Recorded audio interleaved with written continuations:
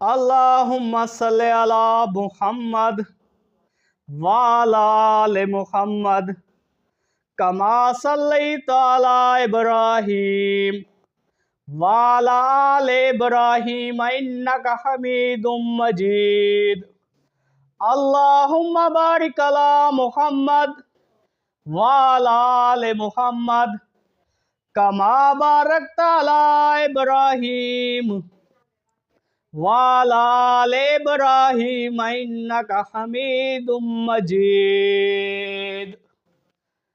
حضرت یوشع علیہ السلام، اللہ رب العزت نے حضرت موسیٰ علیہ السلام کو یہ حکم دیا، دو دریاؤں کے ملنے کی جگہ پر میرا ایک ایسا بندہ ہے جو آپ سے زیادہ علم رکھتا ہے، آپ ان سے ملاقات کریں۔ حضرت موسیٰ علیہ السلام روانہ ہونے لگے تو اپنے نوجوان خادم حضرت یوشع کو بھی اپنے ساتھ لے لیا۔ حضرت موسیٰ علیہ السلام اور حضرت یوشع ایک مقام پر کچھ دیر آرام کرنے کے لیے رکے تو ساتھ لی ہوئی مچھلی اچھل کر دریا میں چلی گئی۔ پھر کچھ دور آگے جانے کے بعد حضرت موسیٰ نے حضرت یوشع سے پوچھا کہ کھانے کے لیے کچھ مچھلی لاؤ۔ حضرت یوشع نے عرض کیا کہ جہاں ہم رکے تھے وہاں مچھلی پانی میں چلی گئی تھی، لہٰذا دونوں اپنے قدموں کے نشانات دیکھتے ہوئے واپس چلے گئے۔ فرمان الہی ہے اور یاد کیجئے جب موسیٰ علیہ السلام نے اپنے نوجوان خادم یوشع علیہ السلام سے کہا میں تو اس وقت تک چلتا ہی رہوں گا جب تک دو دریاؤں کے ملنے کی جگہ نہ پہنچ جاؤں، خواہ مجھے برسوں ہی چلنا پڑے۔ پس جب وہ دو دریا کے ملنے کی جگہ پہنچ گئے تو وہاں اپنی مچھلی بھول گئے اور مچھلی نے دریا میں ایک سرنگ کی طرح اپنا راستہ بنا لیا۔ پھر جب وہ دونوں وہاں سے آ گئے تو موسیٰ علیہ السلام نے اپنے نوجوان خادم سے کہا ہمارا کھانا لاؤ، ہم تو اس سفر سے بہت تھک گئے ہیں۔ حضرت موسیٰ علیہ السلام نے اپنی زندگی کے آخری ایام میں انہیں اپنا جانشین بنایا۔ اللہ رب العزت نے حضرت موسیٰ علیہ السلام کے بعد حضرت یوشع کو نبوت عطا فرمائی۔ حضرت موسیٰ اور ہارون علیہ السلام کو اللہ تعالیٰ نے حکم دیا کہ بنی اسرائیل کے ہر قبیلے کی مردم شماری کریں اور ہر قبیلے کا ایک سردار مقرر کریں تاکہ یہ لوگ ایک طاقتور قوم بن سکے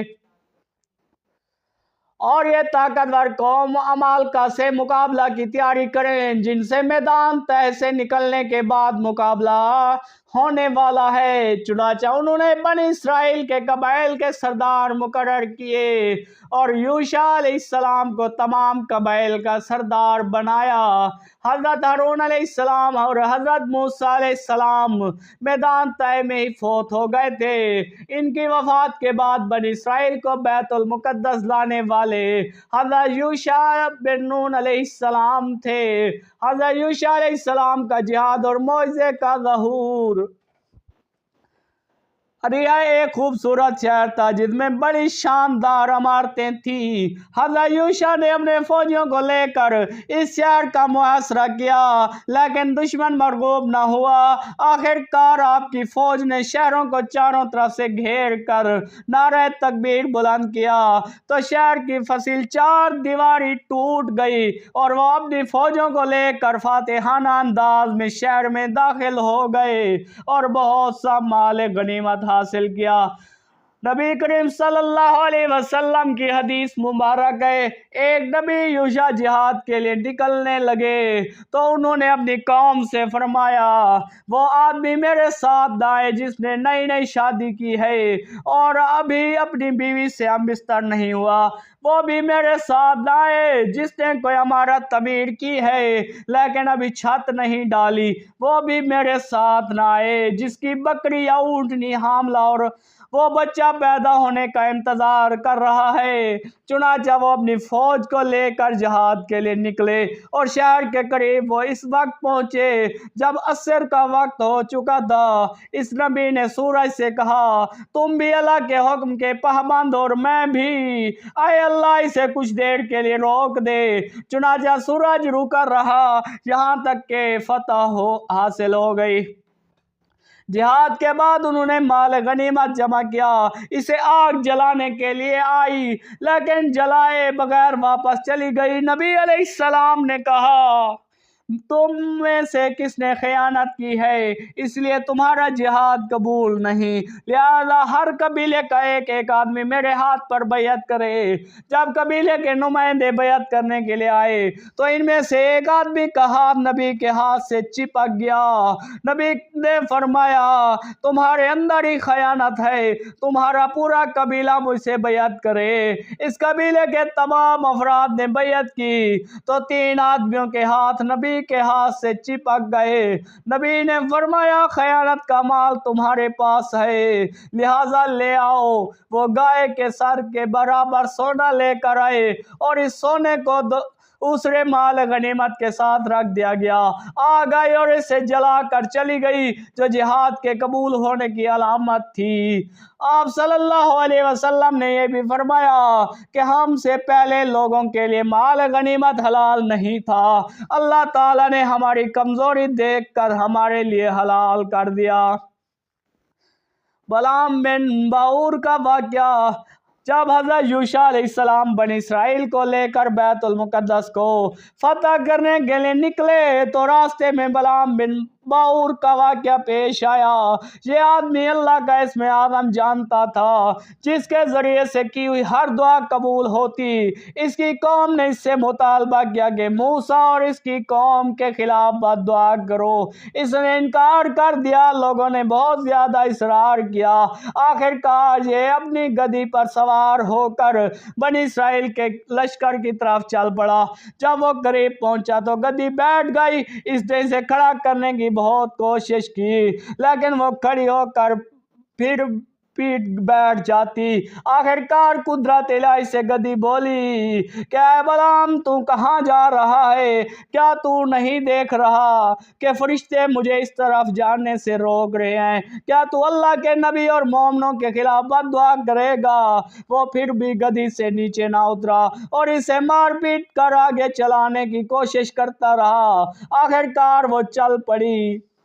جب وہ اسنان نامی پہاڑ کے قریب پہنچا اور موسیٰ کی قوم کو دیکھا تو بد دعا کرنے لگا، لیکن اس کی زبان اس کے قابو میں نہ رہی۔ اس کی بد دعا خود اس کی قوم کے لیے نکلنے لگی۔ لوگوں نے اسے ملامت کی، اس نے کہا میں کیا کر سکتا ہوں، میری زبان سے یہی کچھ نکل رہا ہے۔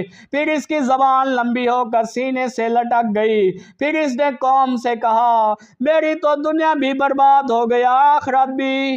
اب موسیٰ علیہ السلام کی قوم کے خلاف کوئی مکر و فریب ہی کیا جا سکتا ہے؟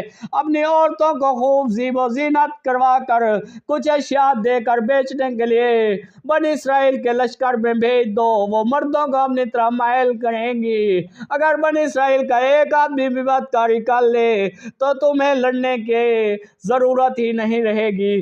قوم نے اس کے مشورے پر عمل کرتے ہوئے اپنی عورتوں کو بنی اسرائیل کے لشکر میں بھیج دیا۔ ایک اسرائیلی سردار نے ایک عورت کے ساتھ خلوت کی، اس وقت اللہ تعالیٰ نے بنی اسرائیل پر طاعون کی وبا بھیج دی۔ جب معلوم ہوا تو بنی اسرائیل کے ایک شخص نے اس خیمے میں جا کر دونوں کو قتل کر دیا اور کہنے لگا اے اللہ ہم تیرے نافرمانوں کے ساتھ یہ سلوک کرتے ہیں۔ پھر طاعون کی وبا ختم ہو گئی۔ فرمان الہی ہے اے نبی صلی اللہ علیہ وسلم ان لوگوں کو اس شخص کا حال سنائیے جس کو ہم نے اپنی آیات دیں، وہ ان احکام کی پابندی سے بالکل ہی نکل گیا، پھر شیطان اس کے پیچھے لگ گیا اور وہ گمراہ لوگوں میں شامل ہو گیا۔ اگر ہم چاہتے تو ان آیات کی بدولت بلند مرتبہ عطا کر دیتے تو، لیکن وہ تو زمین دنیا کی طرف مائل ہو گیا اور اپنی نفسانی خواہش کی پیروی کرنے لگا۔ بس اس کی مثال کتے جیسی ہے کہ اگر آپ اس پر کوئی بوجھ ڈال دیں تب بھی وہ ہانپتا ہے یا اس کو چھوڑ دیں تب بھی ہم تئے۔ یہی مثال ان لوگوں کی ہے جنہوں نے ہماری آیات کو جھٹلایا۔ اے نبی صلی اللہ علیہ وسلم، آپ ان واقعات کو لوگوں کے سامنے بیان کر دیجئے تاکہ وہ غور و فکر کریں۔ ان لوگوں کی مثال بھی بہت ہی بری ہے جو ہماری آیات کو جھٹلاتے ہیں اور اپنے آپ پر ظلم کرتے ہیں۔ رسول اکرم صلی اللہ تعالی علیہ وسلم نے فرمایا، یہ بیماری طاعون ایک عذاب ہے جس کے ذریعے سے اللہ تعالی نے تم سے پہلے کی کچھ امتوں کو سزا دی تھی۔ قوم کی نافرمانی پر عذاب الہی۔ جب حضرت یوشع علیہ السلام قوم کو لے کر بیت المقدس کے دروازے پر پہنچے تو انہیں حکم دیا کہ شہر میں سجدہ کرتے ہوئے یعنی عاجزیوں کے ساتھ رکوع کی حالت میں جھک کر داخل ہوں اور اللہ تعالیٰ کا خوب شکر ادا کریں کہ اللہ تعالیٰ نے وہ عظیم فتح عطا فرمائی جن کا ان سے وعدہ کیا تھا۔